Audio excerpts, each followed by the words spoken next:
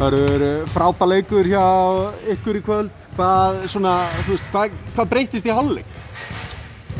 Orkustigið held ég að það hafi verið svona mest megnis. Við vorum þóttu að við yfir í hálfleik þá vorum við ekki nógu sáttir með orkustigið okkar og varnarlega vorum við flatir og þeir voru komið upp og djúpt á okkur sem að skapaði bæði vesen fyrir okkur undir körfunni og svo út í veikuminn. Þannig að við lögum það eiginlega bara með það að rífa okkur aðeins í gang orkulega sér sko. Og út frá því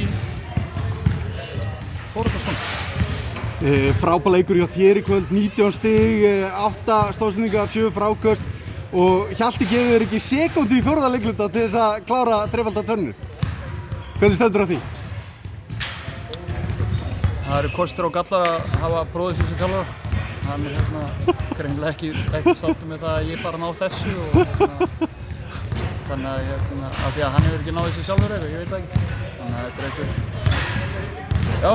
En vissulega samt munaður að svona, ég meina þú ert vanur að taka næstu alla mínúturnar og þétt leikjaprógramm og fínt að fá smá hvíld. Já, auðvitað er ég að grínast.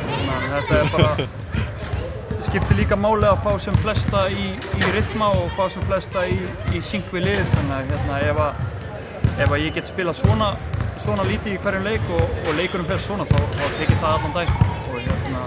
Þannig að ég er bara mjög sáttur með allt liðið í heild sinni í dag. Við vorum bara virkilega þétt í sérstaklega í seinna. Takk fyrir þetta og gangið vel.